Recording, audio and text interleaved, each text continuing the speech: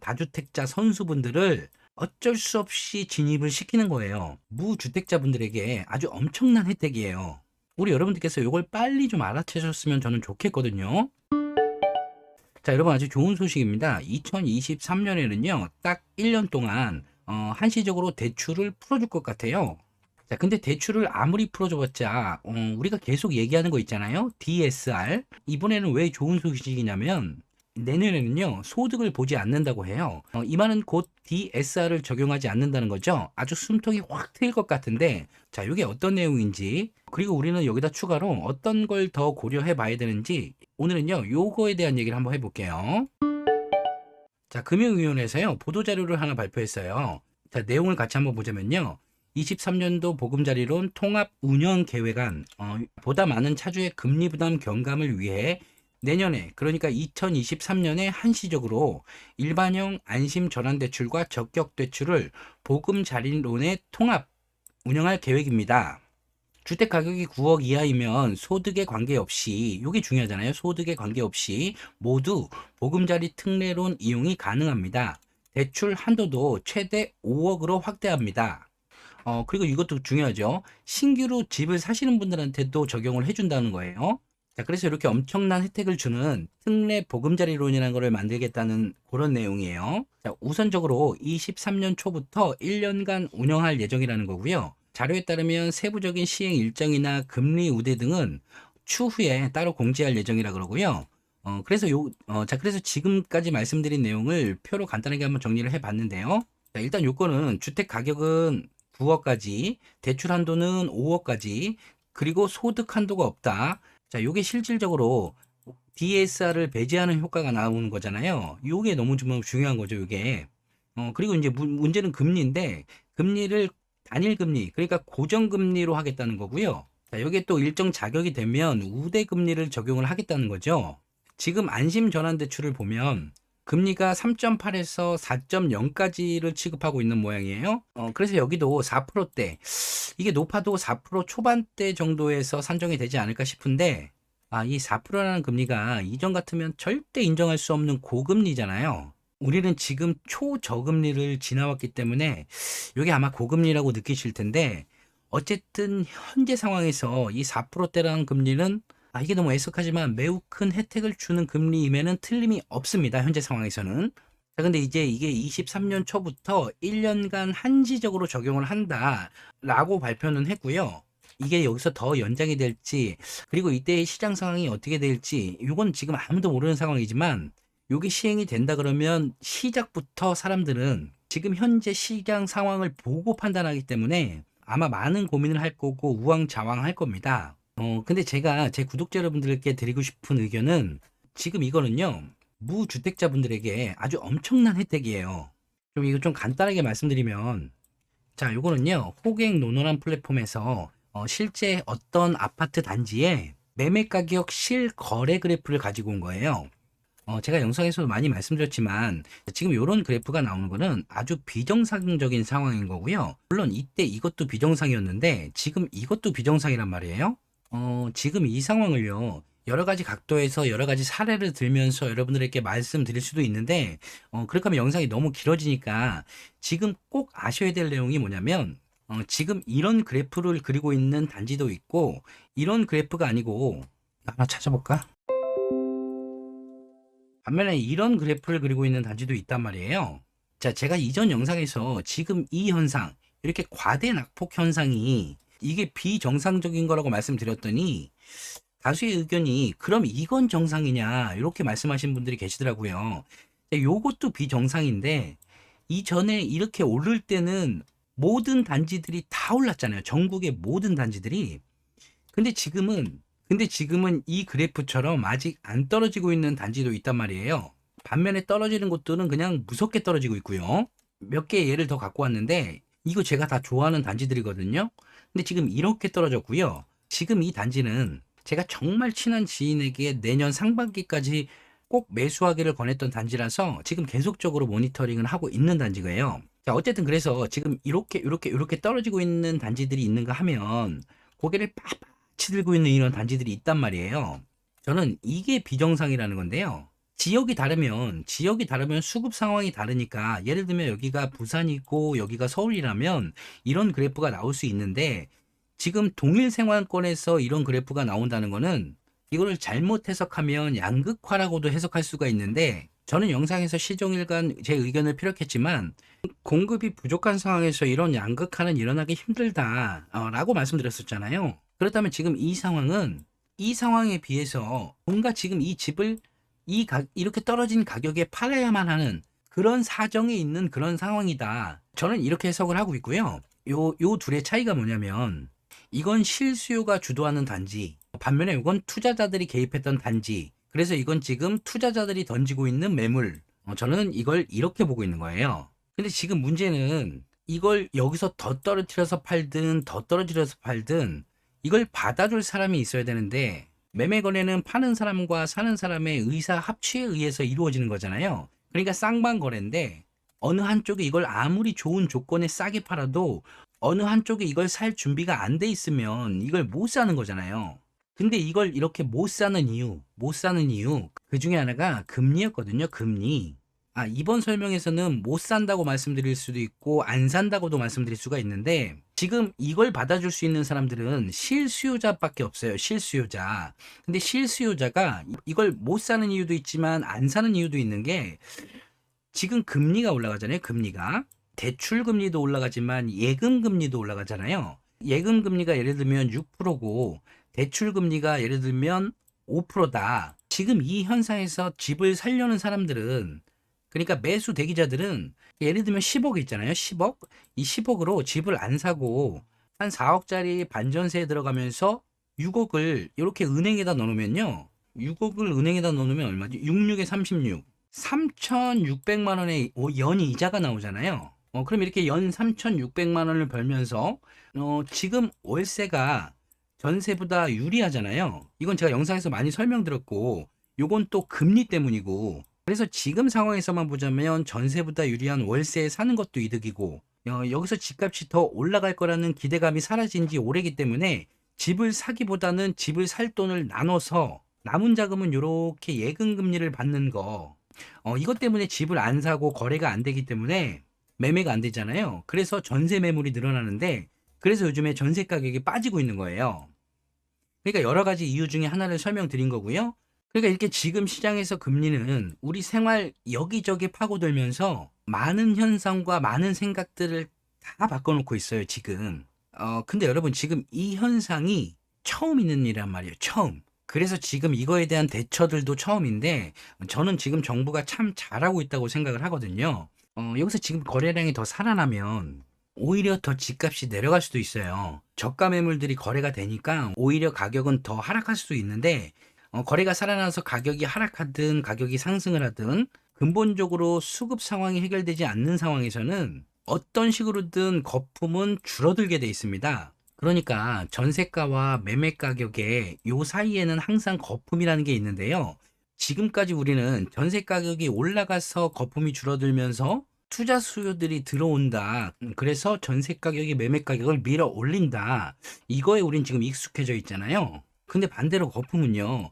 매매 가격이 떨어져도 줄어드는 거예요, 거품은. 근데 누군가에게는 지금 상황이 다행스럽고 누군가는 굉장히 고통스럽겠지만 어쨌든 지금 상황은 매매 가격도 떨어지면서 전세 가격도 떨어지고 있기 때문에 이 거품이 지금 유지가 되고 있는 거거든요. 근데 수급이 해결되지 않는 이상은 이 거품이 어떤 식으로든 줄어든단 말입니다. 줄어든다고. 근데 이 거품이 줄어들면요. 이 거품을 다시 키우기 위해서 여기에 투자 수요들이 이렇게 진입을 하는데 이게 돈이잖아요. 돈. 그래서 이 돈을 진입하지 못하게 하기 위해서 금리를 올려서 이 돈을 은행으로 좀 들어가게 하는 거예요. 근데 그렇다 보니까 지금 은행들이 또 자금을 확보하려고 경쟁이 돼서 예금 금리를 쭉쭉쭉 올리잖아요. 그러니까 이 돈들은 은행으로 더 쭉쭉쭉 들어가고요. 이것도 지금 금리 때문이라고 말할 수 있는데, 그러니까 이 현상은 영원할 수가 없어요. 이렇게 자, 금융당국이 은행의 예금 금리 인상에 제동을 걸고 나섰다. 자금 확보를 위한 수신 금리 인상을 자제해달라는 주문이다. 자금 시장의 돈맥 경화 현상이 심화하는 현 상황에서 은행권으로 방금 설명드린 은행권으로 자금이 쏠림이 이어지고 있어서다. 게다가 예금 금리 인상은 대출 금리 상승으로 이어질 수 있다. 자, 그래서 금융당국에서도 시중은행에 예금 금리 인상을 좀 자제하라고 권고를 했어요. 그러니까 우리 은행 앞에 이런 거 많이 써붙어 있잖아요. 뭐 5%, 5.5%, 6%, 어디 막 7% 이렇게 써 있던데 지금 제 영상 댓글에도 이런 얘기 많이 써 있어요. 뭐 지금 청약을 받느니 여기에 예금을 하지 미쳤다 바보냐 이렇게 예금하면 30년이면 얼마가 나오는데 막 이런 얘기를 하시는데 이게 영원할 수가 없다고요, 이게. 자, 어쨌든 제가 지금 설명을 드리다가 또 얘기가 산으로 갔는데, 지금 현상에서는 이런 아파트와 이런 아파트가 양립을 하고 있잖아요. 정말 대세 하락기가 오려면 이런 집들과 이런 집들이 나눠지지가 않고요. 얘도 떨어져야 됩니다. 이 말은 무슨 말이냐면, 앞서서 여기는 실수요가 주도하는 단지라고 했잖아요. 실수요자들이 집을 팔고 임대로 넘어가야 돼요, 임대로. 그러니까 이 임대가 전세든 월세든 자영업자분들은 목돈이 필요해서일 거고 아니면 일반 분들은 이자가 부담스러워서일 거고 생활비가 부담스러울 수도 있고 어쨌든 금리가 올라갈수록 가처분 소득이 줄잖아요. 거기에 더불어 집값이 더 떨어질 거라는 공포감까지 더불어서 어떤 이유에서든 이 집을 팔고 던지고 이런 사람들이 경쟁을 하고 이게 더 무서워서 또 던지고 이 다음에 전 월세로 가서 어디서든 거주는 해야 되니까 이렇게 집값이 떨어져야 대세 하락이 오는 건데 근데 지금 이분이 실수요자라 그래도 이걸 던지면 전월세로 가도 전월세 가격은 싼가요? 자, 제가 지금 여러분들께 정답을 내려드리는 게 아니고요. 지금 이렇게 정답을 내릴 수가 없는 시장인데 왜 막 감히 왜 지금 이걸 하락기라고 단정을 짓냐는 말이에요. 조정인 거랑 하락인 거랑 뭐가 다르냐면요. 이 이후에 나아갈 방향성이 다른 거예요. 여러분들의 방향이. 자, 이거 굉장히 중요한 문제거든요. 그래서 좀 길게 말씀드렸고요. 그래서 저는 지금 이게 시작이 되면 여러분께서 지금 준비를 하셨다가 이런 단지들을 많이 찾아보시고 살펴보시고 준비를 해 놓으셨다가 얘가 여기서 내려가? 그러면 속으로 스마일, 속으로 기분 좋게 웃으시면서 내가 여기를 매수할 준비를 하셔야 된다는 말씀을 드리고 싶은 거고 될 수 있으면 이 단지는 앞으로 이렇게 될 수 있는 단지여야 되겠죠. 이 말이 무슨 말이냐면 이제 이게 여기서 더 오르고 더 떨어지고 이게 의미가 있는 게 아니고요. 지금 당국에서는 이렇게 등록 임대사업자를 부활하겠다고 하고 있어요. 부총리께서는 서민 주거 안정을 위해서는 주택 공급 기반을 지속적으로 확충하셔야 된다고 말씀하시면서 그 일환으로 시장 상황을 예의주시하시면서 연내에 그러니까 올해 등록 임대사업자 개편을 그러니까 주임사 제도를 개편하겠다는 생각을 가지고 계신 거고요. 이 말은 이제 아파트에도 주임사 제도가 부활될 수 있다는 거고요. 이걸 우리는 오늘 말씀드린 특례 보금자리론과 합쳐서 고려를 해 보셔야 된다. 이 말씀을 드리고 싶은 거예요. 주임사 제도를 부활시킨다는 거는 선수 입장이에요. 선수 입장. 이전 정부에서 적폐라고 불렀던 그 선수들 있잖아요. 다주택자 선수분들을 어쩔 수 없이 진입을 시키는 거예요. 이번 정부는 너무 똑똑해요. 이 제도에도 마찬가지로 어떤 혜택과 더불어서 어떤 진입 장벽을 준다든지 뭔가 규제를 하면서도 완화를 한다든지 이게 또 애매모호한 그런 요건들을 두기는 할 것 같은데 이것처럼요. 지금 특례 보금자리론도 1년 한시 운영이잖아요. 1년. 이것처럼 뭔가 또 생각할 거리를 줄 거는 같은데 제가 이전에 이런 말씀 드렸잖아요. 지금 정부는 어떤 선을 정해놓고 여기서 더 올라가는 것도 원하지 않고 더 떨어지는 것도 원하지 않는다. 근데 거래량은 살려야 되니까 선수들을 투입시켜서 지금 이렇게 떨어지는데 거래량을 좀 이렇게 올리고 싶은 거거든요. 근데 주임사 제도가 부활을 해서 선수들이 투입이 되면 어쩔 수 없이 매매 가격에는 자극이 올 수밖에 없어요. 이 제도의 내용을 봐야겠지만 지금 선수들이나 자금이 있으신 분들은 먼 미래를 보고 투자를 하시는 분들이 많을 거기 때문에 어쨌든 매매 가격을 자극시킬 수 있는 요인들이 있는데 이분들이 들어가면 이 주임사 제도의 취지상 임대 가격이 안정이 된단 말이에요. 그래서 거래량은 살지만 결과적으로 가격은 또 안정이 될 수가 있는 거거든요. 요 임대료 때문에. 자, 그래서 어쨌든 주임사 제도는 요거는 나오는 대로 제가 다시 한번 정리를 해 드리기로 하고요. 중요한 건 이거예요. 지금 주임사 제도가 부활을 하게 되면 이건 예를 들면 8년 동안 이 집을 못 팔게 되는 거예요. 못 팔게. 임대료의 상한선을 두는 거는 당연한 거고 8년이든 10년이든 이 집을 못 팔게 된다. 그러면 여기를 사는 분들은 최대한 핵심지에 들어갈 거란 말이에요. 핵심지. 이게 지금은 6억인데 이 6억도 저는 9억까지 상향될 거라고 보고 있거든요. 어쨌든 6억이든 9억이든 핵심지에 소형 아파트일 거예요. 소형. 그럼 이제 사람들은 이 제도에 대한 얘기가 나오면 지금 이 조건에 맞는 단지들 그걸 찾고 다닐 거 아니에요. 그러니까 지금 금리가 높고 지금 시장 상황이 안 좋고 이런 거는 여러분들 생각이고 먼 미래를 보고 투자하는 사람들은 그렇게 생각을 하지 않는다는 게 문제예요. 그럼 우리 여러분들도 이걸 이용해서 이렇게 될 집을 선점하든지 이렇게 될 집보다 더 좋은 집을 선점하든지 지금 이걸 고민해 보시라는 거예요. 고민. 지금 당장 이 집을 제가 빨리 달려가서 사라 이런 말씀이 아니고 이걸 지금 고민하셔야 나중에 이게 시작이 되면 그때 바로 뭔가 액션을 하실 수 있으니까 지금 고민해 보시라는 거예요. 그러니까 어떤 식으로 생각을 하시냐면 지금 주임사 제도가 이게 소형에만 만약에 적용이 된다. 그럼 내가 빨리 달려가서 소형을 사는 게 아니고 소형에는 지금 주임사 혜택을 받으려는 사람들이 몰릴 거 아니에요, 여기에. 그러면 우리는 이 소형 위에 예를 들면 이게 25평이라면 자금이 부족하다 그러면 25평에 먼저 들어가 계셔도 되는데 자금이 된다 그러면 굳이 25평만 보는 게 아니고 이 같은 단지에 30평대를 내가 들어가서 앉아 있는다. 뭐 이런 식으로 생각을 하셔서 지금 내 집 마련이에요, 여러분. 내 집 마련. 지금 뭐 여기 투자자 양성소가 아니고 내 집 마련이기 때문에 이 같은 돈을 투입하는데 그리고 지금 집을 사면 당장 뭐 내후년에 팔 게 아니잖아요. 어차피 주임사 제도가 부활하면 이분들은 핵심지, 최대한 핵심지로 간단 말이에요. 이 커트라인 금액이 있을 텐데 이 금액에 맞는 최대한 핵심지로 들어갈 거니까 여러분들도 여러분 자금에 되는 한도에서 최대한 핵심지, 거기서 이런 그래프를 찾아서 여기서 이렇게 떨어진 이런 그래프를 찾아서 유심히 지금 관찰해 보셔라. 그리고 먼 미래는 얘가 또 이렇게 될 수도 있잖아요. 그럼 그때 또 이렇게 갈아탈 생각을 해 보시는 거고 스텝 바이 스텝으로 가시는데 일단 지금은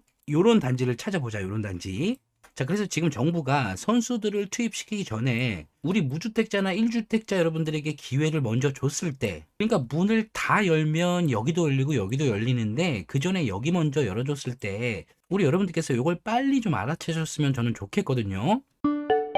오늘은 23년부터 시행될 특례 보금자리론에 대해서 간단히 알아봤고요. 요게 시행되기 전에 여러분들께서 어떻게 준비를 하셨으면 좋겠는지 제가 지금 즉흥적으로 좀 말씀을 드리다 보니까 준비가 조금 부족했던 것 같은데 요지는 이겁니다. 지금 현재 언론부터 시작해서 모든 것들이 너무 공포스러운 분위기로 가고 있고 실제 부동산 분위기도 너무 안 좋은데요. 그렇다 보니까 여러분들께서도 관심들을 많이 끊고 계신 것 같아요. 근데 제가 여러분들께 말씀드릴 수 있는 건 미래가 어떻게 될지 모르지만 지금 같은 시기에 남들 다 손 놓고 있을 때 남들이 손 놓고 있다는 건 수요가 줄어들고 있다는 거잖아요. 수요가.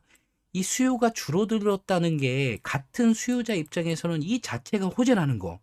이거를 왜 생각을 못 하시는지 전 이게 너무 안타까워서 제가 오늘 드린 말씀은 주무시기 전에 눈 딱 감으시고 한 5분 정도만 상상을 한번 해보시면서 그렇게 주무셨으면 좋겠네요. 자, 오늘 긴 얘기 들어주셔서 감사하고요. 지금 아주 숨통이 꽉꽉 막히시는 분들도 계실 텐데 지금처럼 시장의 방향은 여러분들에게 유리한 방향으로 흘러가고 있다는 거 요거 한번 다시 강조드리면서 이번 영상은 여기까지 할게요. 지금까지 저는 여러분들의 직걱정을 함께 드리는 진매들이었습니다. 오늘 여기까지.